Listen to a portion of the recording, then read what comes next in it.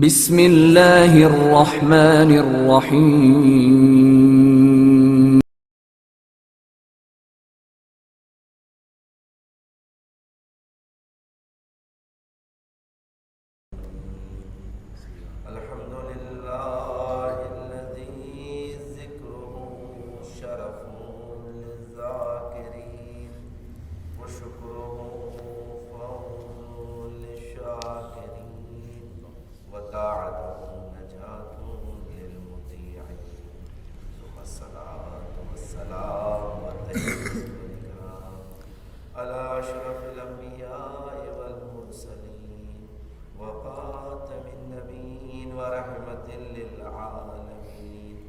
جد الحسن والحسين بالقاسم محمد اللهم صل على آل محمد وعلى أهل بيته الطيبين الطاهرين المعصومين المظلومين سيما بقية الله في الأرضين الإمام الثاني عشر المهدي المنتظر اللهم صل على محمد وآل محمد ولعنة الله على أعدائهم أجمعين من العان إلى قيام يوم الدين أما بعد فقد قال الله تبارك وتعالى في محكم كتاب المجيد وفرقان الحميد وقوله الحق بسم الله الرحمن الرحيم يا أيها الذين آمنوا اتقوا الله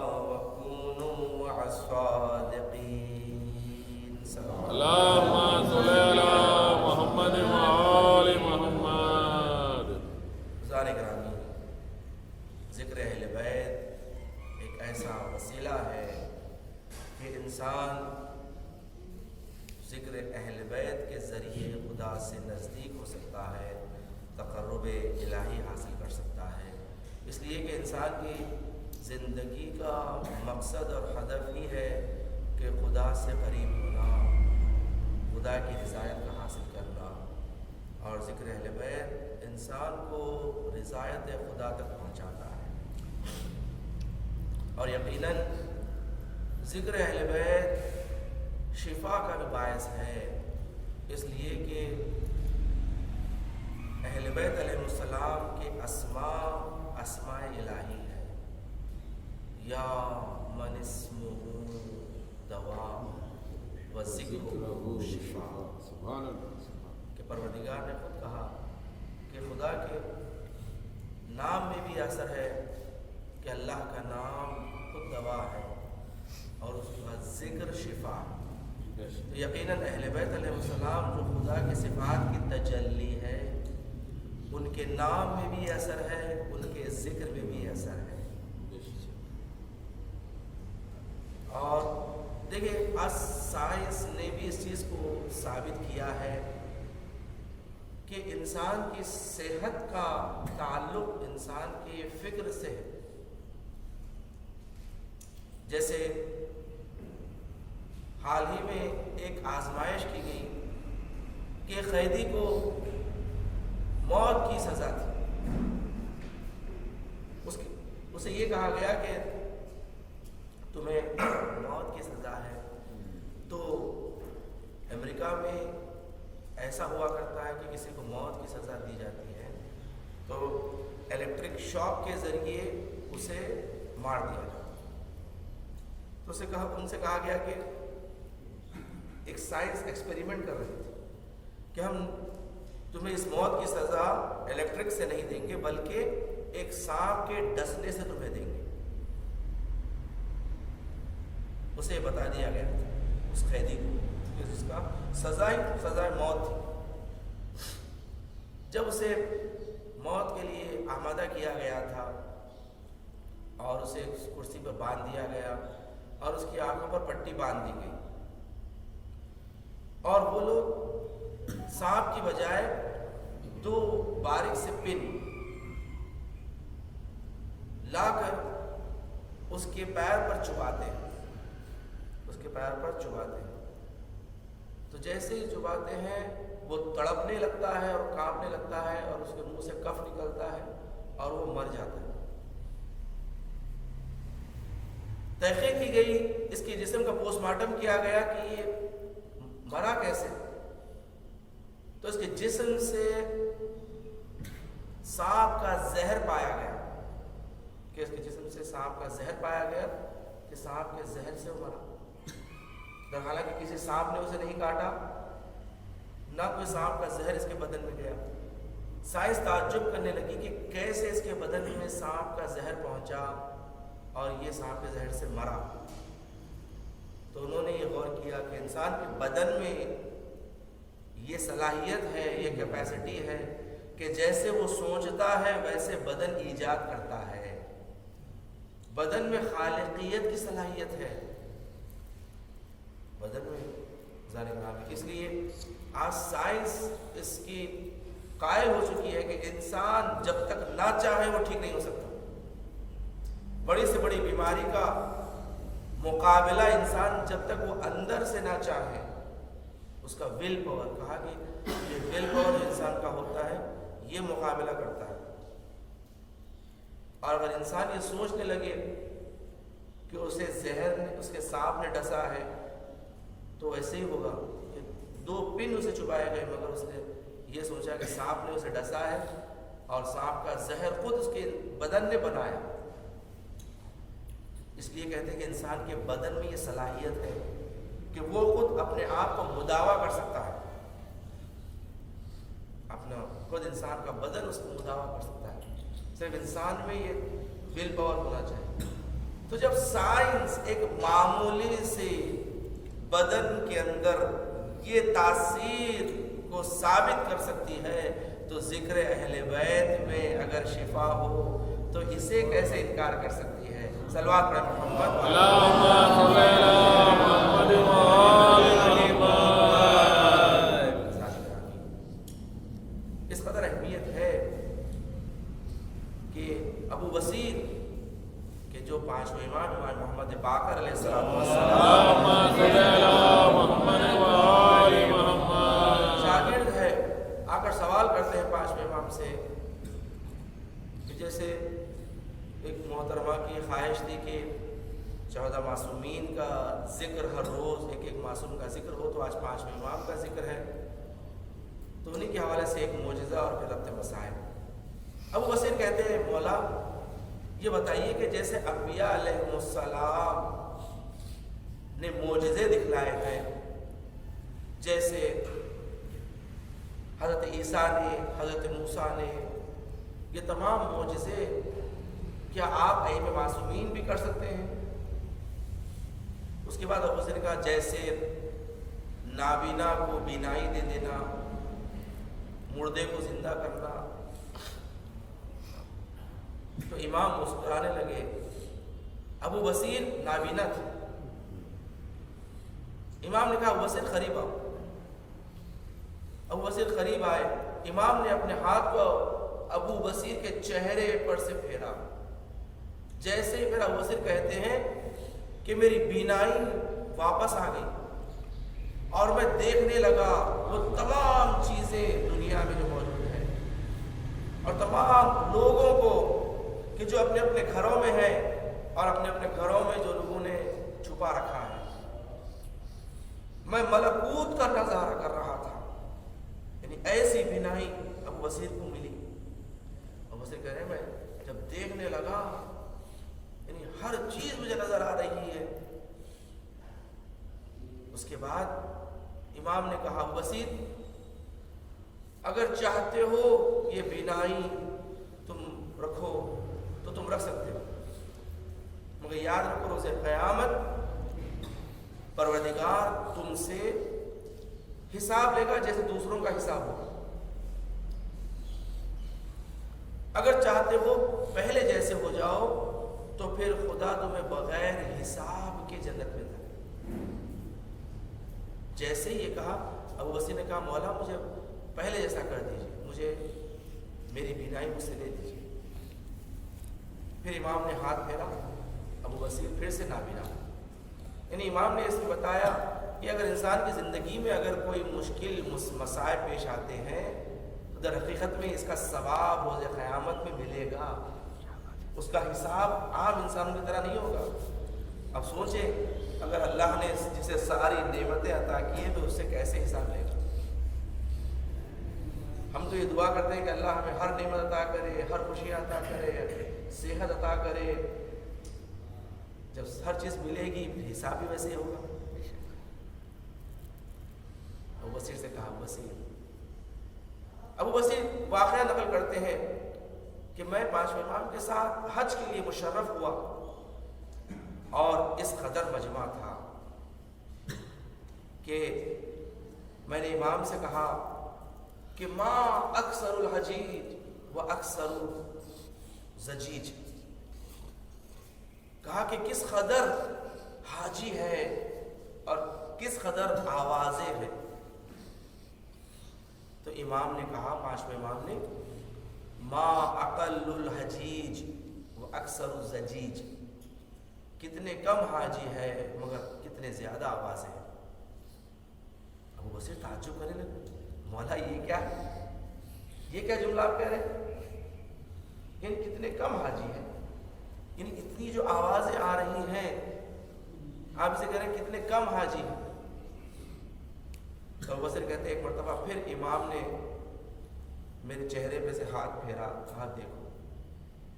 اب جیسے ہی میں نے دیکھا کہ خانہ کعبہ کے اطراف انسان نہیں ہے بلکہ جانور ہے، کوئی بندر ہے، کوئی سور ہے، مختلف شکلوں میں ہے جانوروں میں، اور بہت کم کہ جیسے ظلمتوں میں نور ہوتا ہے ویسے انسان ہے، یعنی ظلمتوں میں نور، ستارے جس چمکتے ہیں رات کی تاریکی میں، ویسے کچھ انسان ہیں ان کے درمیان۔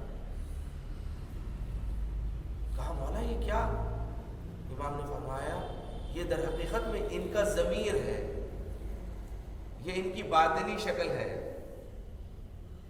یعنی انسان کا کردار، انسان کا عمل، انسان کی سوچ انسان کی شکل و صورت بناتا ہے۔ یہ باطنی شکل ہے جس کے ذریعے وہ قبر میں رہے گا اور روز قیامت اٹھایا جائے گا۔ روایات میں موجود ہے کہ ہر انسان کی ایک ظاہری شکل ہوتی ہے اور اس کی باطنی شکل بھی ہوتی ہے، اس کی روح کی شکل، اس کی باطن کی شکل۔ اس کی باطن کی شکل کا قلم اللہ نے خود اسے اس کے ہاتھ میں دیا ہے کہ تم اپنی شکل خود بناؤ۔ اللہ بھی ایک مصور ہے، اللہ نے تصویر بنائی ہماری شکل کی۔ اور روایت میں جب بھی آپ آئینے کے سامنے جائیں تو اللہ کا شکر کریں کہ اللہ نے ہمیں اتنا خوبصورت بنایا، اتنا اچھا بنایا، اور یہ دعا کریں کہ اللہم احسن خلقی خلقی کما احسن قلبی، پروردگار میرے اخلاق کو بھی اچھا کر جیسے تو نے میری شکل کو اچھا بنایا۔ یہ دعا بتائی گئی ہے کہ جب آپ آئینے کے سامنے جائیں تو اس طرح دعا کریں۔ تو انسان کا باطن، انسان کی حقیقی شکل انسان کا کردار بناتا ہے کہ میرا کردار کیسے ہے، میری سوچ کیسی ہے، میں کیا اپنے بھائی کی ترقی دیکھ سکتا ہوں، کیا میں اپنے دوست کی ترقی دیکھ سکتا ہوں، کیا میں ایک مومن کو کامیاب ہوتا ہوا دیکھ سکتا ہوں، مجھے خوشی ہوتی ہے یا نہیں ہوتی ہے۔ اگر کسی کو تکلیف پہنچتی ہے، کوئی اذیت میں ہو تو مجھے بھی تکلیف ہوتی ہے یا تکلیف نہیں ہوتی، یا مجھے اچھا لگتا ہے، مجھے مزہ آتا ہے، جب کوئی ٹھوکر کھاتا ہے تو مجھے مزہ آتا ہے، جب کوئی غلطی کرتا ہے تو مجھے مزہ آتا ہے۔ یہ تمام چیزیں انسان کی کردار کو بناتی ہے۔ تمہارا کردار کیسے ہے؟ اس لیے کہ جانوروں میں کچھ صفات ہوتی ہے، جانوروں میں وہ صفات اگر ہم میں آنے لگے تو پھر ہم اس جیسے ہو جائیں گے، ہماری شکل۔ یعنی اگر ہم جب کس سے گفتگو کرتے ہیں تو کوئی تانا دیتے ہیں یا کوئی ایسی بات کرتے ہیں کہ اسے ڈستے ہیں، اسے ایسے لگے کہ جیسے کوئی سانپ نے ڈسا ہے، تو پھر ہماری شکل سانپ کی ایسی ہوگی۔ اب سوچے ذرا گرامی کہ جب ہم ائمہ معصومین کے سامنے جائیں گے اور تمنا کرتے ہیں کہ ہم ائمہ معصومین